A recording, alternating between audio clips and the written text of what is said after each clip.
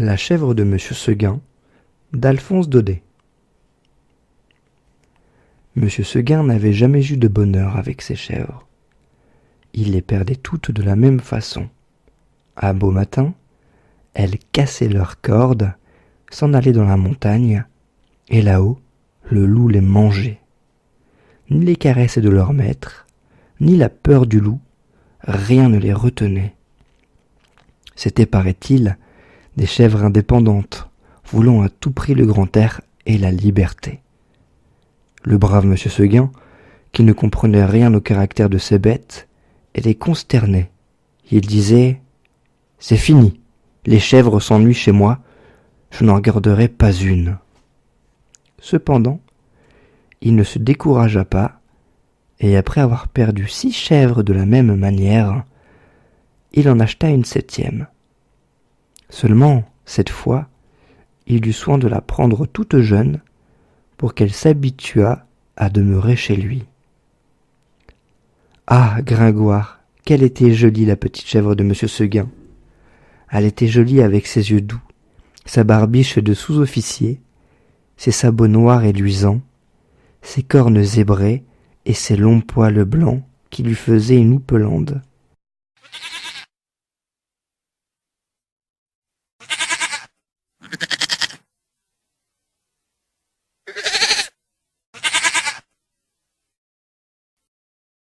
Monsieur Seguin avait derrière sa maison un clos entouré de bépines. C'est là qu'il mit la nouvelle pensionnaire. Il l'attacha à un pieu, au plus bel endroit du pré, en ayant soin de lui laisser beaucoup de cordes, et, de temps en temps, il venait voir si elle était bien. La chèvre se trouvait très heureuse et broutait l'herbe de si bon cœur que Monsieur Seguin était ravi. « Enfin, pensait le pauvre homme, en voilà une qui ne s'ennuiera pas chez moi. » Monsieur Seguin se trompait. Sa chèvre s'ennuya. Un jour, elle se dit en regardant la montagne : « Comme on doit être bien là-haut. Quel plaisir de gambader dans la bruyère sans cette maudite longe qui vous écorche le cou. C'est bon pour l'âne ou pour le bœuf de brouter dans un clos.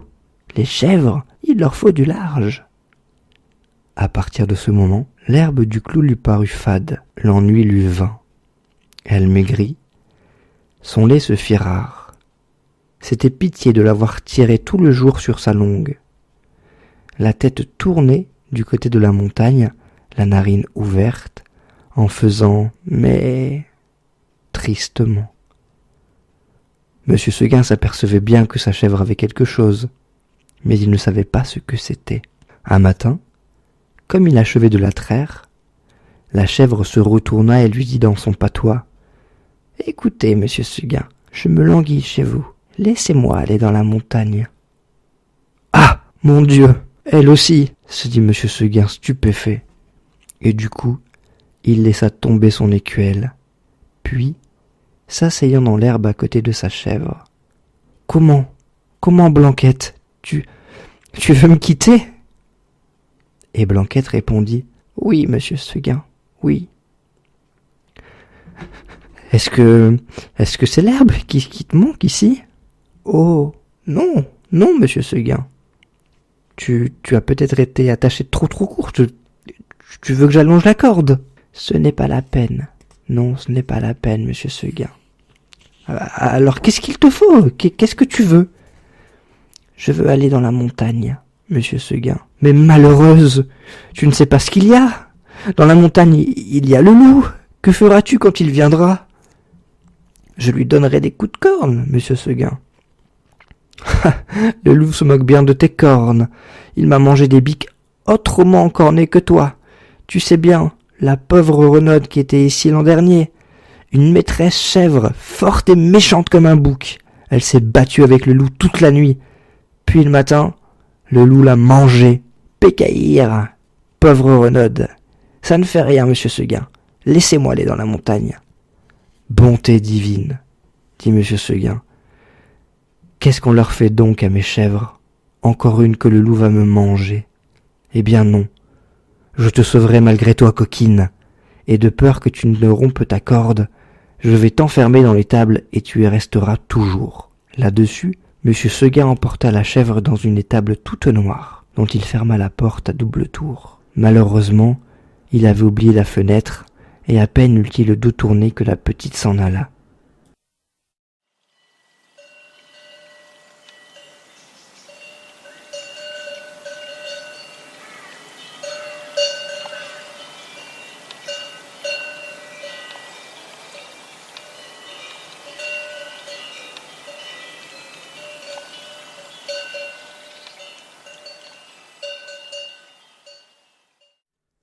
Quand la chèvre blanche arriva dans la montagne, ce fut un ravissement général. Jamais les vieux sapins n'avaient rien vu d'aussi joli. On la reçut comme une petite reine.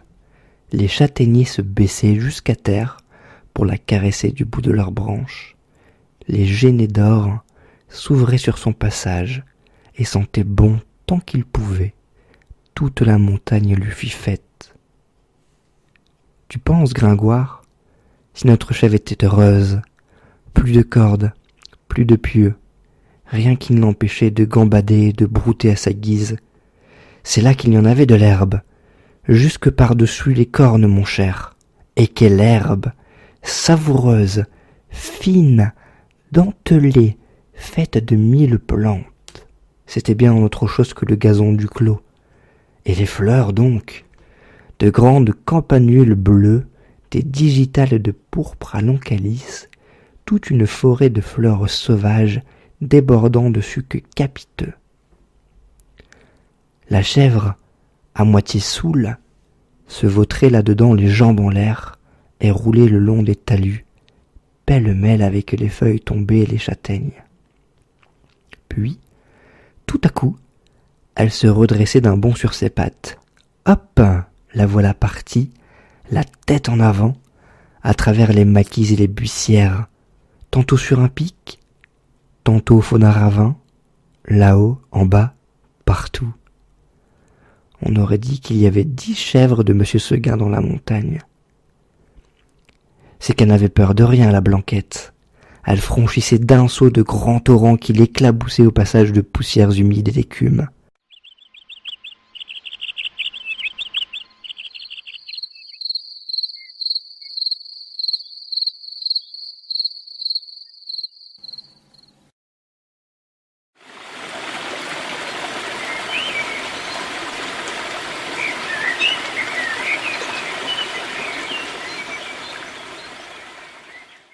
Alors, toute ruisselante, elle allait s'étendre sur quelques roches plates et se faisait sécher par le soleil.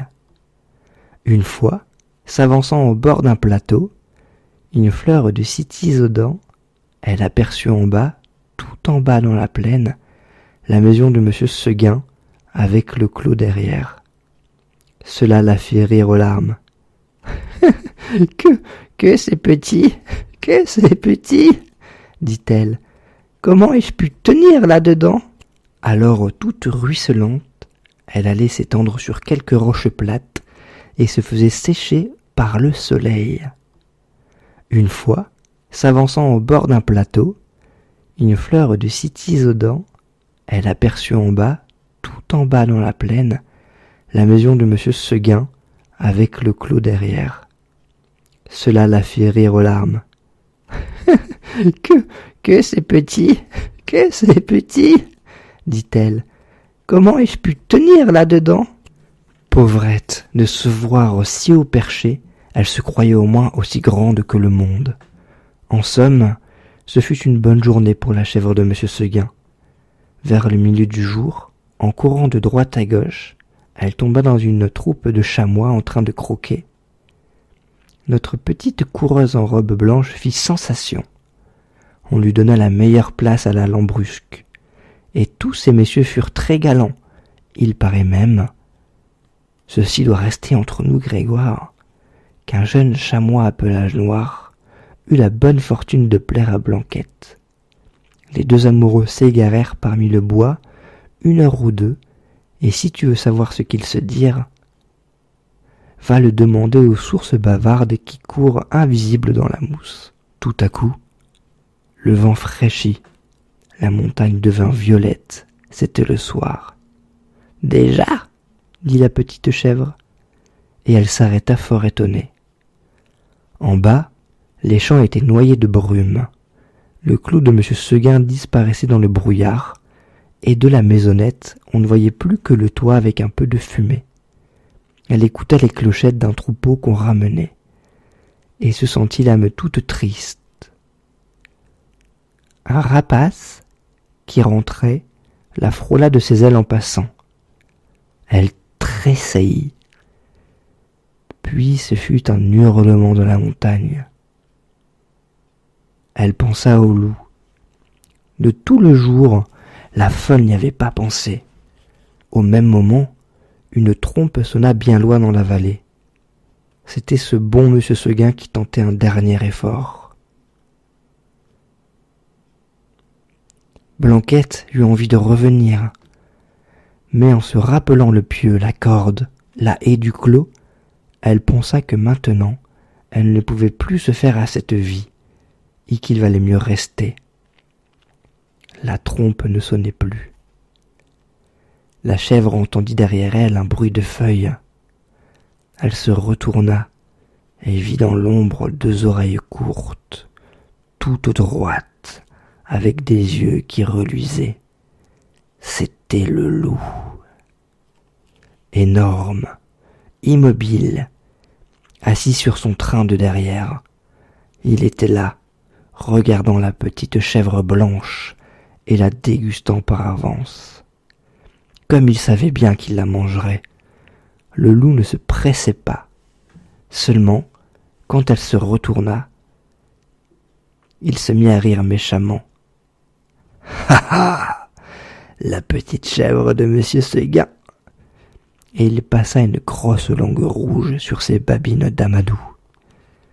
Blanquette se sentit perdue. Un moment, en se rappelant l'histoire de la vieille Renaude, qui s'était battue toute la nuit pour être mangée le matin, elle se dit qu'il vaudrait peut-être mieux se laisser manger tout de suite. Puis, s'étant ravisée, elle tomba en garde, la tête basse et les cornes en avant, comme une brave chèvre de monsieur Seguin qu'elle était. Non, pas qu'elle eût l'espoir de tuer le loup.